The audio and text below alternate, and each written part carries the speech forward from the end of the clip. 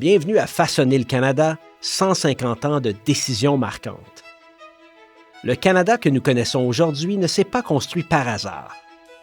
Argument par argument, jugement par jugement, il a été façonné par le droit au sein d'un système de justice unique, né de la rencontre des traditions britanniques, françaises et autochtones. Dans cette série, nous soulignons le 150e anniversaire de la Cour suprême du Canada en décodant les grandes décisions qui ont défini nos droits, nos libertés et notre identité collective. Droits criminels, droits autochtones, partage des compétences, des arrêts qui ne sont pas que de l'histoire ancienne. Ils façonnent encore notre quotidien. Je suis votre animateur, Hugo Martin, et à travers des rencontres exclusives avec les 9 juges de la Cour suprême et des expertes et experts constitutionnalistes, nous découvrons ensemble le contexte de ces jugements, leur impact et leur résonance aujourd'hui. Bienvenue dans l'histoire de nos droits. Monsieur le juge Wagner, bienvenue et merci de nous accueillir chez vous à la Cour suprême du Canada en votre rôle de juge en chef et d'avoir accepté de vous adresser aux Canadiennes et Canadiens dans le cadre de Façonner le Canada, 150 ans de décisions marquantes. Ça me fait plaisir. Bienvenue à la Cour. Chief Justice Wagner, welcome and thank you for agreeing to address Canadians as part of Shaping Canada, 150 years of landmark decisions. You're very welcome.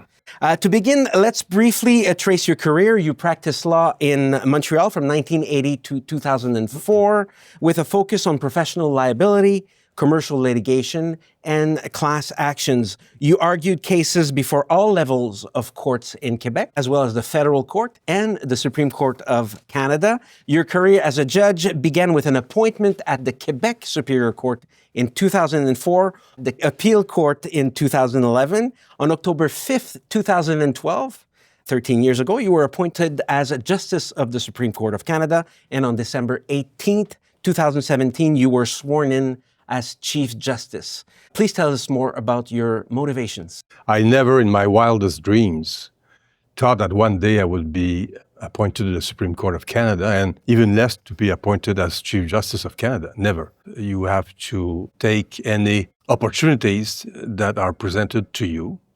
But at first, I was very much interested in practicing law. I wanted to go to court. And I was very well served because I went to court almost every week during my practice of 25 years. And at one point in time, I had this opportunity to become a judge at the Superior Court, and I enjoyed every minute of it. That's where the justice is rendered at the first instance. Family law, criminal law, and at one point in time, again, an opportunity was put to me to go to the Court of Appeal, and I said yes. And after almost 2 years, Marie Deschamps of the Supreme Court of Canada retired early at 60, and there was an opening for a judge from Quebec. And that's how I was appointed. There's a constitutional obligation to have three judges from the province of Quebec. Vous avez participé à l'épisode 25 de mon balado Questions de preuve enregistré en novembre 2019. À ce moment-là, certaines décisions résonnaient encore. On se souviendra des affaires Carter sur l'aide médicale à mourir, Jordan et Cody sur les délais judiciaires, Ewert qui garantit les méthodes utilisées par les autorités carcérales pour s'occuper des détenus, et on a même Maraca sur le droit à la vie privée des messages textes. Mais il y en a d'autres qui affectent de manière importante la société canadienne et de mémoire récente. Là, je peux ajouter Antic en 2017 qui clarifie l'octroi de la liberté sur caution.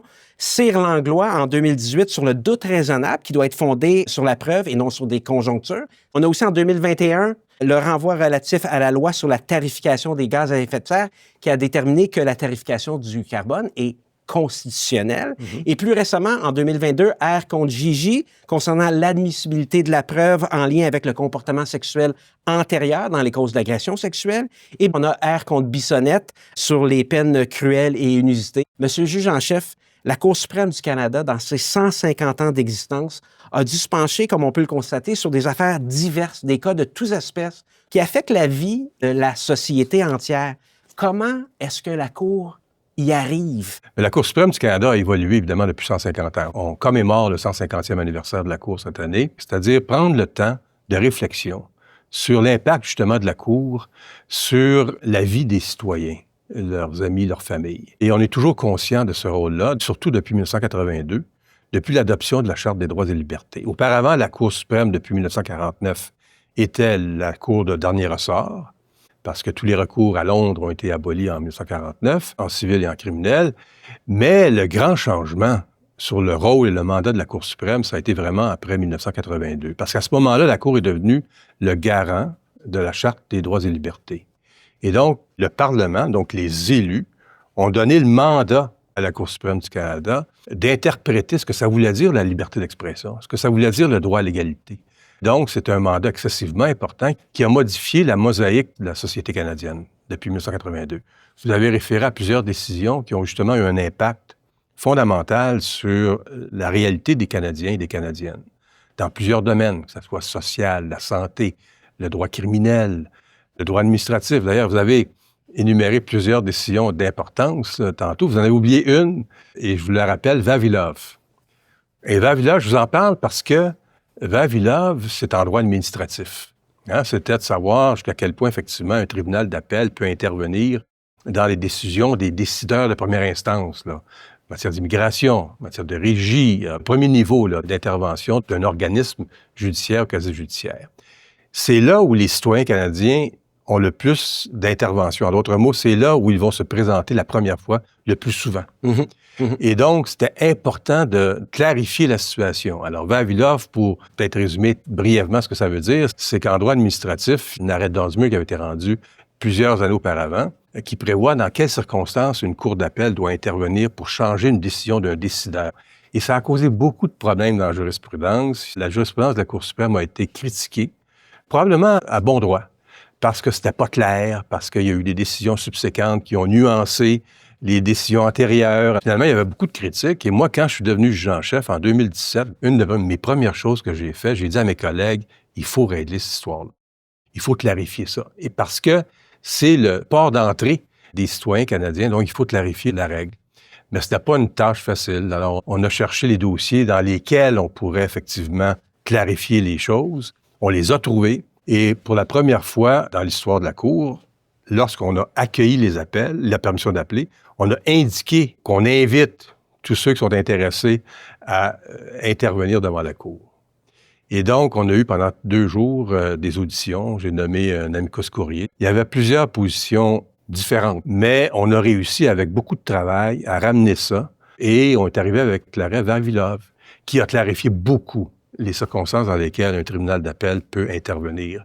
Et ça, je pense que c'est une question d'accès à la justice. Et j'étais très heureux que moi et mes collègues, on a pu avoir cette décision-là, une grande majorité, là, 7-2, dans le domaine du droit administratif. Donc, ça vous montre jusqu'à quel point, effectivement, on était conscient de l'importance et de l'impact des décisions de la Cour sur le quotidien des gens. You co-chaired the Action Committee on the Administration of Justice in response to COVID-19. That committee undertook crucial work to enhance access to justice by introducing innovations and changes, notably allowing more accused persons to appear via video conference, streaming the telewarrant process, and using technology for drawing names during jury selection. What key lessons from that period do you believe will have a lasting positive impact on the way courts will operate? And as far as I know, some of these innovations are still in place today. The pandemic was a very strong agent of change. Everything closed, the world and the courts. So that's why I phoned the Attorney General of Canada, Mr. Lametti, in those days, and we said, we have to do something. Because the people were waiting for their criminal trial by jury. Some people were waiting for the alimonies, for the custody of children in family matter, and so on and so forth. So there were urgent matters to attend. And we decided to set up this special committee. It was the first time that the judiciary and the executive and legislative branch worked together while respecting the separation of powers. So the pandemic was useful in that sense. It showed that we can do it. Every month we were meeting by visio, of course, at distance. So on that committee, I was chairing the committee with the Minister of Justice. And there were other attorney generals, there were chief justices across the country, there were civil servants, the health department. And every month we were meeting. And we had working groups also working under our leadership. The idea was to find tips to develop guidelines, to help the courts to reopen as soon as possible, to find ways to maintain access to justice. And there were some good developments out of that. For instance, there were some amendments to the criminal code, which allowed accused to appear by video. Here at the Supreme Court, we had this technology, hearing by video, since 1987, but nobody was using it because every lawyers in Canada wanted to come here in person to argue cases. And many other courts in Canada started to use that as well to continue to reopen their courts and to keep access to justice. So one of the good sides of the pandemic was that we could work in a different manner. And now that the pandemic is behind us, I would hope that we would keep the good tools for the future. So here at the Supreme Court, of course, the lawyers of the parties can come and argue their cases, but all the interveners appear by video. And they have 5 minutes, mind you, so it's a question of access to justice as well. A lawyer from Vancouver should not come here in Ottawa for 5 minutes. So I hope that the technology will be much more used in the future to support access to justice. La Cour suprême du Canada est aux premières loges des soubresauts et de l'évolution de la société canadienne depuis 150 ans. Comment pourriez-vous résumer et décrire le rôle de la Cour autant sur le plan juridique que sociétal? Je pense que la Cour a eu un rôle à jouer non seulement au niveau juridique, mais justement au niveau de la société. Il y a eu tellement de décisions depuis 1982, même dans les dernières années, sur les questions de conditions dans lesquelles un accusé peut reprendre sa liberté en attendant son procès, sur la question des peines minimales, etc. Le dossier Carter, c'est la Cour suprême qui a renversé sa propre décision. Qui a renversé sa décision. En se posant la question, est-ce qu'on peut renverser notre propre décision? Tout à fait. Et ça prouve à quel point la Cour a été capable d'évoluer et de s'adapter aux besoins de la société. Alors, nous, à la Cour suprême, on réfère toujours à l'arbre vivant comme étant la référence pour interpréter la Constitution. En d'autres mots, nous ne sommes pas partisans de l'originalisme. Donc, la Constitution a été écrite en 1867, il y a une Constitution en 1982, il y a une Charte des droits qui a été adoptée, et on doit interpréter la Charte en fonction de l'évolution de la société. En matière d'aide médicale à mourir, par exemple, le dossier Rodriguez, fin des années 80, la Cour suprême a décidé que les dispositions du Code criminel qui interdisaient l'aide médicale à mourir étaient constitutionnelles à 5 contre 4. En 2016, à 9-0, donc une cour unanime, on a renversé cette décision-là. Mais on ne peut pas faire ça pour n'importe quelle raison. On le dit dans l'arrêt Bedford, entre autres, en matière de prostitution, qu'on peut renverser un précédent dans la mesure où il y a un changement fondamental dans la société, une évolution des attentes. Ça peut être également une évolution de la science. En matière de santé, l'aide médicale à mourir, il y a eu 1 an de preuve devant le premier juge, ce qui n'était pas le cas dans le dossier de Rodriguez auparavant, établissant toute l'évolution de la médecine dans ce domaine-là. Et donc, ça prouve que la Cour peut changer ses précédents, mais ça prend des circonstances très particulières. On ne peut pas le faire pour n'importe quelle raison, selon la nature du banc, selon l'identité des juges sur le banc, parce que les citoyens ont besoin d'une pérennité, ont besoin d'une stabilité de la jurisprudence, ils doivent savoir quels sont leurs droits et obligations. Et on ne peut pas les changer comme ça, du jour au lendemain. Mais ça prouve qu'on peut évoluer. C'est ce que je remarque, moi, de la Cour suprême depuis sa création. On a, depuis votre nomination, mis en place plusieurs initiatives pour améliorer la communication de la Cour suprême, notamment en publiant les résumés en langage clair, les décisions qu'on appelle la cause en bref, en tenant aussi des audiences à l'extérieur du Canada pour rendre la Cour plus accessible aux Canadiennes et aux Canadiens. C'est quoi l'intérêt de ces initiatives-là pour vous? Les tribunaux ont besoin de la confiance du public. Si les citoyens n'ont plus confiance dans leurs institutions, et notamment dans les tribunaux, c'est le début de la fin. Mais la confiance, ça se mérite, ça s'impose pas. Et donc, c'est difficile d'apprécier quelque chose, d'avoir confiance dans quelque chose qu'on ne connaît pas. Et donc, c'est la raison pour laquelle, moi, j'ai pris le pari, comme mes collègues, puis d'autres tribunaux aussi au Canada, de faire connaître les tribunaux, et notamment la Cour suprême. On n'a rien à cacher, on est très transparent, mais j'aimerais que les gens le sachent. Alors, j'aime que les gens sachent qui on est, qu'est-ce qu'on fait et pourquoi on le fait. Et donc, il faut que les citoyens comprennent nos décisions. Alors, vous avez parlé de la cause en bref, ça a été un grand succès. Moi, je me suis dit, on va expliquer aux citoyens qu'est-ce que ça veut dire, une décision de la Cour, mais en langage clair. Il y a eu d'autres initiatives aussi. Là. Il y a la revue annuelle qui explique aux citoyens qu'est-ce qu'on a fait durant la dernière année, qu'est-ce que la Cour a fait, qu'est-ce que l'on peut s'attendre également de la Cour dans les prochaines années. On a amené la Cour à l'extérieur d'Ottawa pour siéger. En 2019, effectivement, puis en 2022. Les deux premières, c'était lorsque les 9, on a siégé, on a entendu des causes à Québec et à Winnipeg. Pourquoi? Bien, pour permettre à des gens qui ne peuvent pas venir à Ottawa voir comment ça se passe à la Cour suprême, mais en même temps, ça nous donnait la chance de rencontrer la population, de répondre à leurs questions et de connaître leur réalité. Alors, ça va dans les deux sens et ça a été très, très populaire. Cette année, pour notre 150e anniversaire, on a décidé que moi, j'irais avec 2 de mes collègues rencontrer dans 5 régions différentes la population. Alors, on a été à Victoria, on a été à Moncton, Yellowknife, Sherbrooke et Thunder Bay également. On rencontre la population qui est invitée à venir nous rencontrer dans un centre public pour nous poser des questions. On rencontre les étudiants en droit. On rencontre également la magistrature locale pour vraiment l'apprécier, c'est quoi leurs défis, là. Et à l'occasion également des communautés autochtones, ce qu'on a fait à Moncton et à Victoria. Alors, cet effort, cette volonté de la Cour de faire connaître le travail des juges, parce que je pense que c'est important que les gens aient confiance dans les tribunaux. Puis la meilleure façon de s'en assurer, bien, c'est de le dire, qu'est-ce qu'on fait pour qu'ils puissent l'apprécier. Pas toujours d'être d'accord avec nos décisions, mais d'accepter le processus par lequel ces décisions-là sont rendues. You advocate for 2 key solutions to the access to justice gap. More government funding for legal aid and a greater commitment for pro bono work from the legal profession. How do you see the ideal balance between the government's responsibility and the legal profession's obligation? That's a good question because for many, many, many years, governments, not only in Quebec, in Canada, but everywhere in the world, society is governed by democracy. The governments did not invest in the justice system enough. They invested in health, invested in education, and that's perfect. But the justice system was always the parent pauvre of the society. And that's why we came up with many problems, and that's why the court was obliged in a way to release Jordan.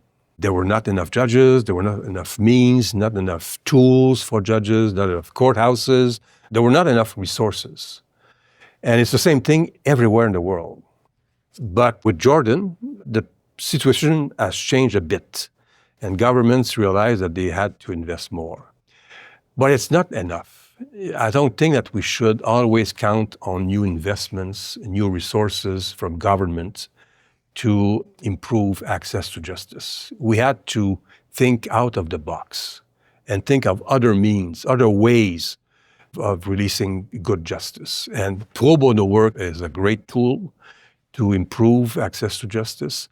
But pro bono work cannot be done by every lawyer in Canada. Pro bono can be done only for those who can afford doing it. But now, many firms in Canada have guidelines, essentially in the major firms, but in other medium law firms as well. It's more difficult for the small solo practitioner. Legal aid, of course, it has to be increased. But I don't think that people should expect only increase in funding to realize better access to justice. We have to find other ways. Si je vous demandais, M. le juge Wagner, de puiser votre réponse dans 150 ans de jugement, d'arrêt et de décision de la Cour suprême, pouvez-vous partager ceux qui, selon vous, ont contribué à promouvoir l'accès à la justice et peut-être même l'indépendance judiciaire? Il y en a tellement. J'ai parlé de l'arrêt Stinchcombe, qui vraiment, en 91, a permis effectivement d'assurer une défense pleine et entière des accusés.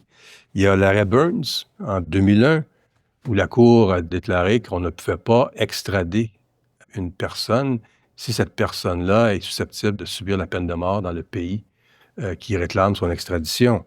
Dans le dossier en 2022, Colombie-Britannique contre le Conseil des Canadiens avec des déficiences, on a reconnu pour la première fois qu'une société à but non lucratif, une organisation, peut intervenir à la Cour et représenter des personnes plus vulnérables sans pour autant que ce soit la personne elle-même qui se présente à la Cour. Alors ça, c'est quand même un développement majeur au Canada et ça témoigne jusqu'à quel point la Cour suprême interprète la Constitution selon le thème de l'arbre vivant et doit donc s'adapter aux besoins, aux nécessités de la société. Et je pense que ce sont des témoignages qui sont quand même assez éloquents. En matière de langue également, vous savez, le Canada est un pays bilingue officiellement, et les minorités linguistiques dans toutes les provinces ont le droit d'avoir l'éducation de leurs enfants dans leur langue lorsque la situation le justifie. On a rendu quelques décisions là-dessus, dont une, justement, que j'ai moi-même rédigée dans le dossier de la Colombie-Britannique, où on a reconnu le droit des minorités linguistiques en français d'avoir accès à l'école française. Ça, c'était lors de l'audition quand on a siégé à Winnipeg. Je pourrais passer la journée avec vous pour référer à d'autres décisions parce que la majorité de nos décisions ont un impact sur l'évolution de la société et le bien-être des citoyens. Parce que par définition, c'est les dossiers qui restent souvent d'interprétation de la Charte des droits et libertés. Mr. Chief Justice, my final question for you is a broad one. For a century and a half, the court has built a legacy of public trust, I believe, acting as a pillar in our democracy, looking ahead to a future that will be defined by formidable changes. I'm thinking artificial intelligence. I'm thinking global migration, social and political polarization. How does it ensure it remains that essential, trusted guide for all Canadians into the next chapter of our country's history? Well, the court will continue to assume its responsibility to interpret the law whenever it is called to interpret the law. And always keep in mind that justice is not just a service, it's a human need. So when the court takes up the cases that it will hear, of course, it's a legal issue, major legal issue to be decided, but it also implies some other issues of moral and societal aspect. And we are mindful of that.